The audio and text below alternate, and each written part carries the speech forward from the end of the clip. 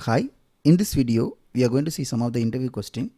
To start with, what are the policies you have implemented and explained it? As we all know, Mulesoft is for API-led connectivity. We normally create policies in API manager. So for example, you wanted to enforce some policy or you govern or secure your API, then what you will do after your Mule application, you also create a API and through which you will accept your request and in order to talk to your Mule application. So in that, there are a lot of policies like threat protection policy, rate limiting policy, and this client ID enforcement policy, message logging, and spike control. So there are many policy. So the question might be, what are the different policy you might have worked? So if you have worked already, you can say that specific policy you have worked. And these are the most common one, which is client ID enforcement. So when we have this policy applied in our API, so what will happen? When the consuming application call our API, we will apply this policy. So basically they need to send the client ID and client secret, which we will validate it using this policy. So this policy will check that client is sending the appropriate credential on each request, and also which has been approved earlier by us, because whenever they send any client credential, right, client ID and client secret, which is already approved by us for any specific app, so that credential they need to pass it, then only it will validate and it will allow them to talk to the backend services. So that is client ID enforcement. And message logging. So for example, if you apply this policy, you wanted to capture some incoming request, and after that you are calling some backend API which is giving some message as a response. You wanted to log that information. So those kind of things you can achieve by having this message logging policy in your API. And spike control. So this policy regulates your API traffic. For example, there is a API. If you apply this policy, here we can set how many requests I can receive per minute or per second. So that if somebody wants to hit or hack your API with multiple requests at the same time, we can control using this spike control policy. So this allows specific limit per minute or per second, and also if it's a valid request and again I wanted to throttle something, for example I wanted to queue and process it, so those kind of things we can achieve it through this spike control policy. I'll move on to the next question. What are the different connector have you used? So if you have worked in Mule Anypoint Studio, right, so we might have used many connectors. So our actual implementation, for example, I wanted to expose as a API, but in implementation I might have used some database connector. So database module to access my database. Then I might have used database connector. Similarly, if I'm going to expose some data from Salesforce, for example, the source is a mobile application which needs a customer data. So what I might have done is I might have exposed as a API, and whenever someone calls my API, I might have talked to Salesforce through Salesforce connector. So similarly, whatever connector you have worked on, you explain that, because the question will be coming from that connector. So for example, if you have worked on SFTP connector, right? So this connector mainly provide access to file and folders on SFTP server. So for example, you have a requirement where whenever there is a data coming via API, you have to drop the data as a file to SFTP server. Then what you need? You need a SFTP server name, port number, username, password, and path where you need to drop the file. So using this connector, we can configure those connector information, and whatever the file comes or whatever the message comes, we can send it to this SFTP connector, SFTP location using the SFTP connector. Similarly, you can connect to any SFTP server in order to pick the files and convert that into different format and send it to different system as well. So this is SFTP connector. And similarly, there is another connector called FTP connector, which uses FTP protocol. By default, it will use a port number called 21. And SFTP by default it will use 22, but the underlying concept or what we do with the files and folders are same. So basically here also we can connect to any other system through FTP protocol, and we can access their system with specific credential, and we can go to specific path and we can drop the files or we can pick up the file and process the same. And web service consume connector. So this is again one of the connector in Mulesoft.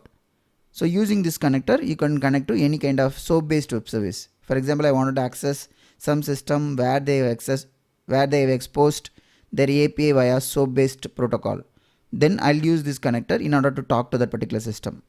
So for example, there is a Workday system where normally they expose the SOAP based API. Similarly, Salesforce also has a partner based WSDL where they expose their API via SOAP based WSDL.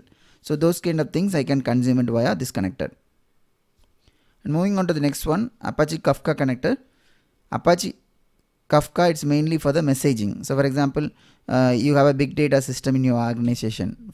There you wanted to send some data through Kafka. So for example, Kafka will have a topic and you can connect to that Kafka system and you can configure your topic detail and using which you can drop your messages. Similarly, you can listen and consume the messages from the Kafka as well. And next one is JMS connector. So if you have any JMS enabled provider in your organization or external system, for example, you wanted to connect to some ActiveMQ system or you wanted to connect some Solas MQ. So there are a lot of MQ providers are there, JMS providers are there, and there you wanted to connect via the JMS protocol. Then you can use this JMS connector and you can configure the appropriate topic name or queue name or the JMS system name and protocol, using which you can send the message to JMS enabled JMS provider. Salesforce connector. So this connector we can connect to any Salesforce system and we have to give a username and password while connecting and also some specific token, and once we have access to that particular system, then you can access the anything from the Salesforce. For example, you will be able to access the Salesforce object in order to get the data or in order to push the data as well. And similarly, if you have a Salesforce topic and if you wanted to listen that Salesforce topic in order to receive the data, then we can listen to the topic. Whenever the message comes to the topic, we can receive the data and we can process the data to some other system. So these are the samples, different connector which we have. If you have already worked on some other connector, then for example, you have worked on Twilio connector or SharePoint connector. So you can explain those connectors. Tell me the difference between synchronous or asynchronous. So for example,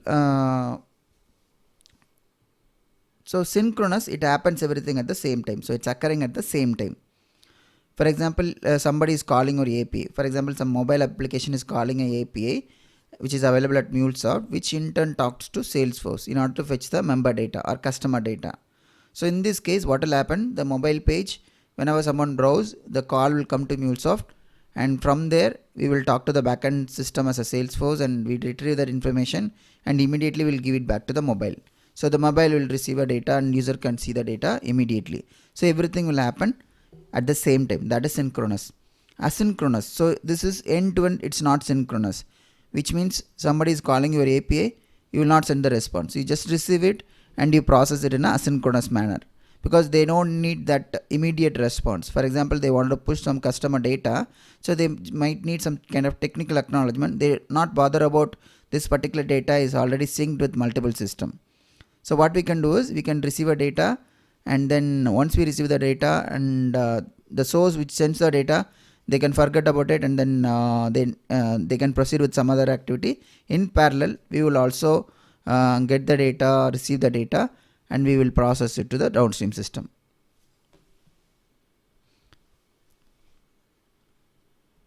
I'll move on to the next question.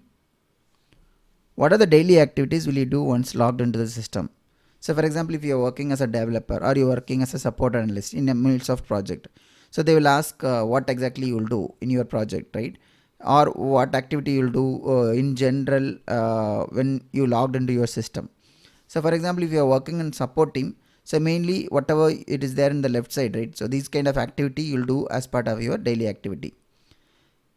Because you are a support analyst, maybe somebody already has developed some applications which is already there in production. For example, I have a cloud app where I have a 50 plus application or APIs running.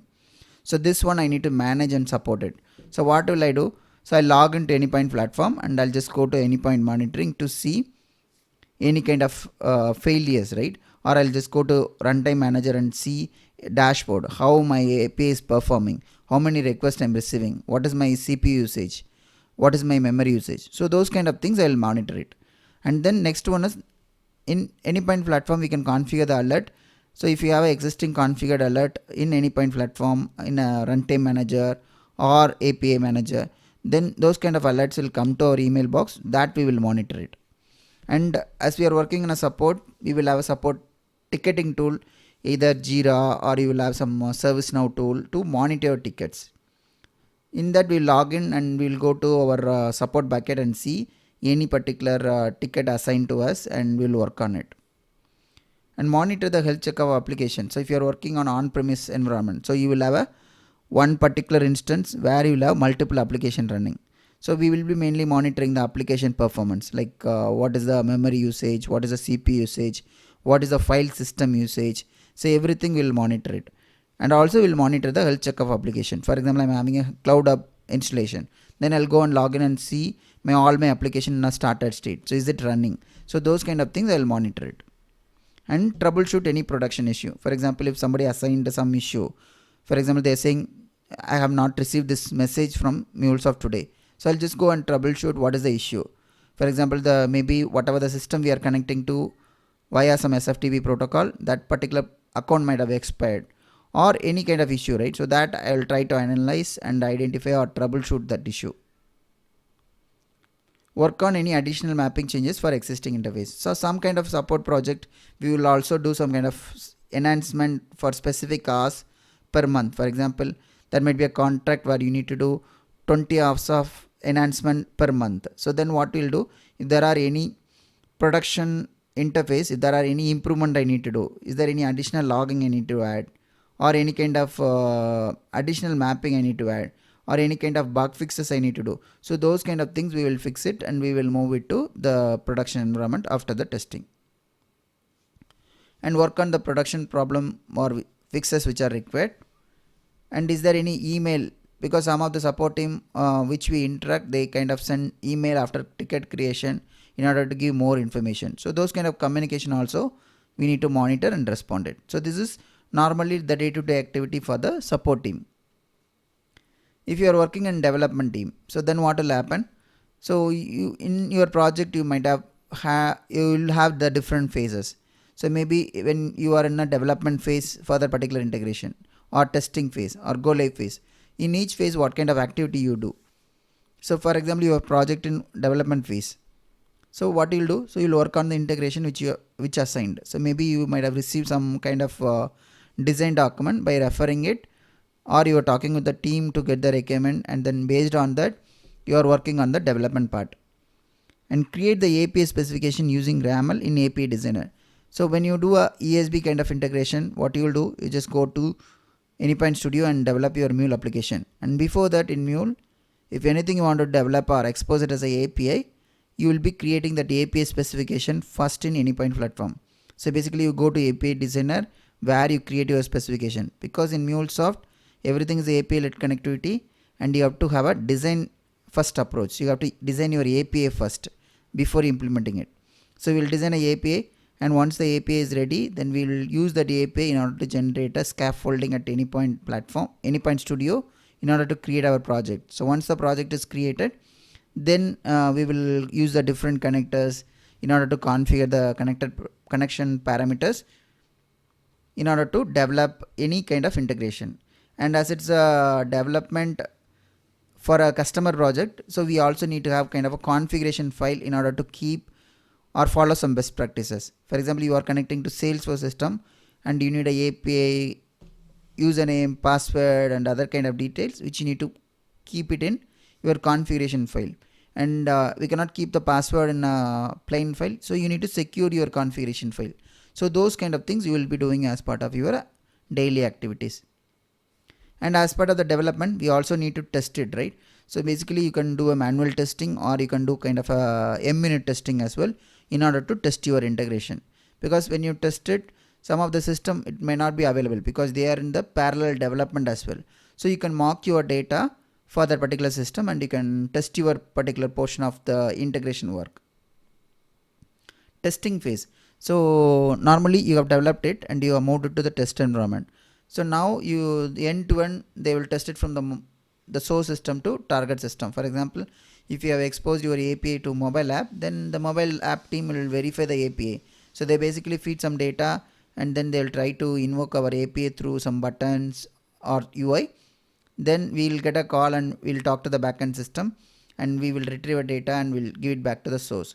So we will verify that particular testing or we'll support that particular testing and fix the bug or code issue, troubleshoot any issue, because in the testing phase, so we might have had some bug which we need to fix it. So that will fix it and we'll move it to the changes to the target environment. And also some of the phases, right? So in the development phase, we might do some kind of peer review as well.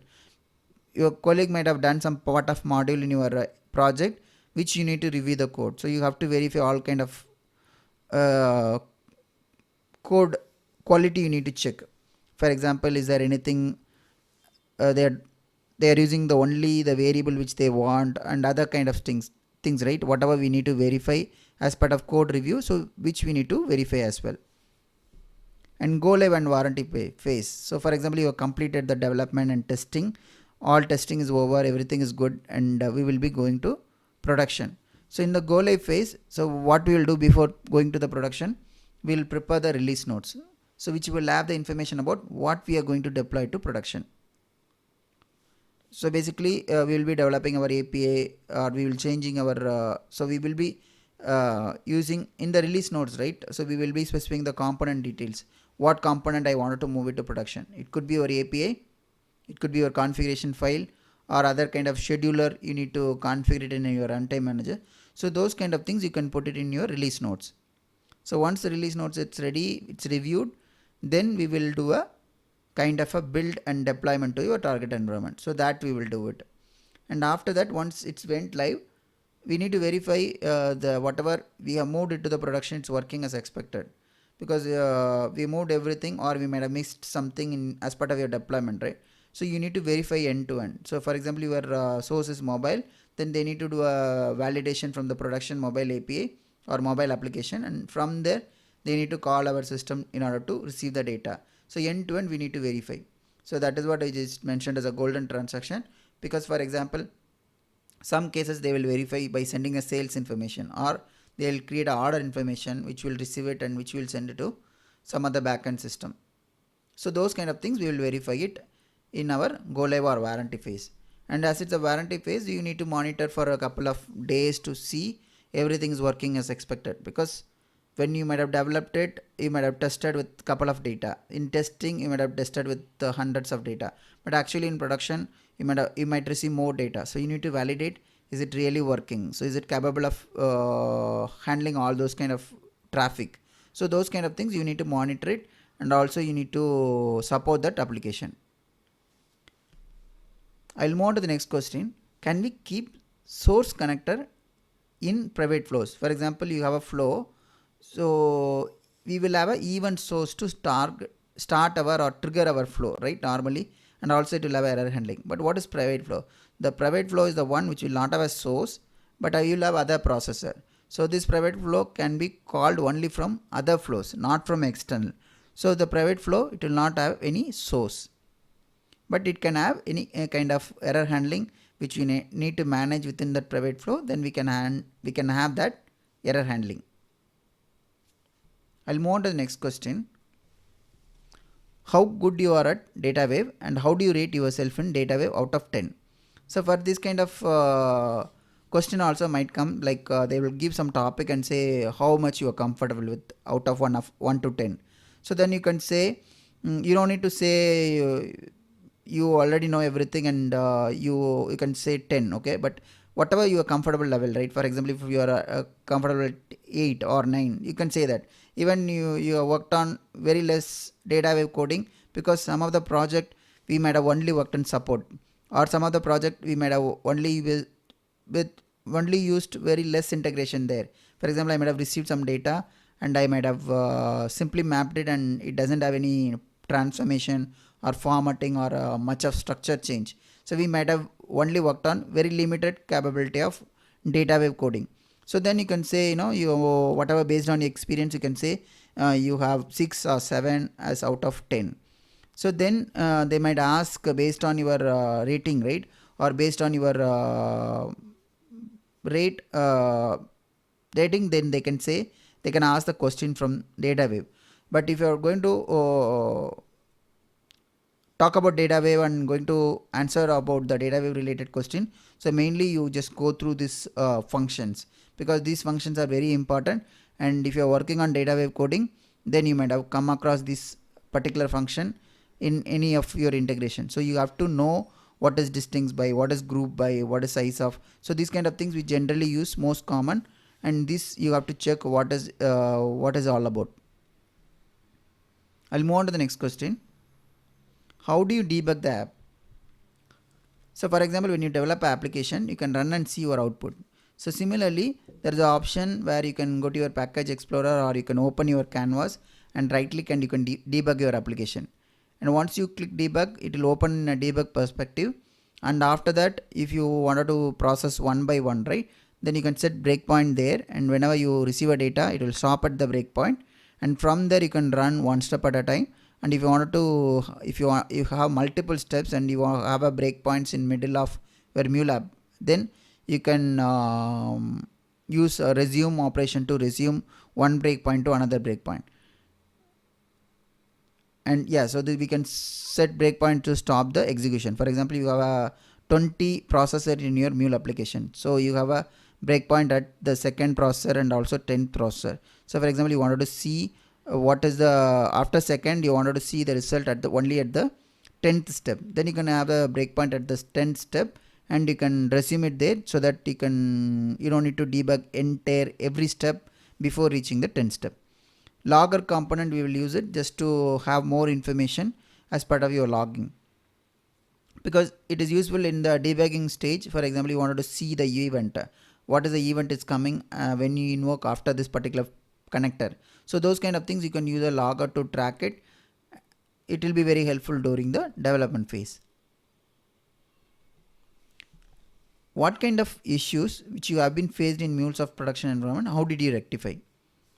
So this question is very general. For example, you might have developed something and they might ask in the development phase, what is the toughest thing you faced it, right? Similarly, if you're working in a production support landscape and they might ask what kind of issues you have faced in production and how did you resolve it. So this is one of the issue, like where source application is calling a Mule app. Mule app is talking to the backend and it's giving a response. So for example, assume source application, it's a mobile based application, or it's a Salesforce. You assume it's a Salesforce. Okay, so they are calling a Mulesoft API where we are talking to the some backend system and giving some point information or some rewards card information. In that case, the source Salesforce is a SaaS based application. It's connecting the Mule runtime via DLB URL, because any external facing, so we will take it via load balancer URL. If it is a cloud environment, then what will happen? So this particular issue, what might have happened? It worked yesterday, but it's not working today. So what might have happened? Because we have not changed any code in Mulesoft. So only possibility could be, so before that you need to check your application is running or not, right? Because they are invoking our API, they are saying it's not reachable, they are saying it's down, right? So maybe our application went down, it's not coming as a starter state. So we can go and verify. So I'm seeing it started state. So then what might be the issue? There might be a communication issue, right? So the source is sending to our system, because source is a SaaS based application, so it's in a cloud, and we are in on-premise, or we are also in cloud. So in Mulesoft, we are talking about DLB here, so we are also in cloud. So what could be the issue? So we might have allowed or whitelisted their IP where something got removed at our end also. So we can go and check whatever the IP they have mentioned earlier, it's already configured or not. So everything is fine, right? So then what might be the issue? So then what might have happened, the source which is sending, they might have added some source new IP range, because some of the SaaS application will have not only one external IP. So they might have different external IP for different region. So that we need to whitelist in our end in order to secure our API. So what I might have faced it, like the source application is sending a request to me, which is not working. So what they have added a new IP, and which is not added in our firewall setting. So that we have went and added, then after that it started working. So this is one of the issue. Similarly, you might have faced some other issue which you can explain it. I'll move on to the next question. structure of data wave declaration in transform message. So we will use a transform message component in order to write our data wave coding. So when you write data wave coding, right, so when you add a transform message itself, it forms some temporary or by default it creates some temporary structure. And how it looks, right? So this is the data wave structure. So you will have directives like %dw and 2.0, which is a version. So earlier we might have used 1.0, now mostly we are using 2.0, which we are using it in Mule4 and all, and output application /JSON. So this one, it is telling what is your output from this step. So if it is a JSON, we will put application /JSON. If it is a XML, you will put a application /XML. Similarly, if you have other format like application /CSV, then you put that format as well. And these 3 dashes, right? Before that, whatever you have, it is header, and whatever you have after that, it's a payload. And if you see, the header of the script is all content above these 3 dashes. It includes important directives, including one specifying output format. And in this section, right, the header section, you can also set the variable. For example, I wanted to create some variable called variable a equal to 123, something like that, right? So you can declare some variable as well, and I can define some functions in a data wave header section. And what else we can do? So we can import some function also. For example, I'm going to use some kind of string related operation. So those kind of things I need to say which module I need to import. So that kind of things I can do a import asterisk from DW core module string. Similarly, you can use any kind of module which you need to specify it in the header section of the data wave. I'll move on to the last question. So what is the difference? So what is basic authentication? What is OAuth based authentication or OAuth authorization? So what is basic authentication? So if you're calling an API and that API they're asking you to send only username and password, so then it is a basic authentication. Basic authentication is a simple authentication scheme built into HTTP protocol. The client sends HTTP request with a authorization header that contains the word basic followed by a space and base encoded username and password. For example, technically if you are calling an API and most of the HTTP based API we will have a connector, so we will have the fancy UI to feed username and password, but internally what might happen, it encode the base 64 format, and when it sends to the final system, it gives the value, or it sends the value in authorization as a header, name and space, and the value it will put basic space, and it will give a username and password, username : password in a base 64 encoded format. So that is basic authentication. So mainly it's a username. You don't need to complex it. You can tell like it's a username and password based authentication, and it's not that much secured. Okay. So and OAuth authentication or OAuth protocol or open authorization. So what is that? So by latest we are using OAuth 2.0 in most of the project, and it has other version as well like 1.0 and other stuff. So it is not the username based protocol. So how we access any OAuth based web services? So we just call their API, where we will pass our credential, which will give the token. So basically when we pass username and password, which will give a token, that token we will use it in a consecutive or the other web services. For example, when I get the token, I might use some login web service, which will give when I pass the username and password, it will give the token. So once I get the token, the subsequent services, I'll pass the token in order to talk to the backend API. So this way the OAuth token it will work, or OAuth it will work. And also this token also in some cases they might expire it in 24 hours, or they might expire in 2 days, something like that. They can set it in the provider system. So in that case we have to refresh the token. So whenever the token is expiring, we have to refresh the token at our end in order to talk to in order to get the latest token, and you have to use the latest token to talk to that particular web services. So in most of the cases what we will do, as we need to have a token all the time whenever we call the web services, we take the token and we put it in our cache, so that our object store, so that we can take the values from the cache instead of calling the actual web service, and we use the token in order to talk to the backend system. In that case, we no need to call every time 2 APIs.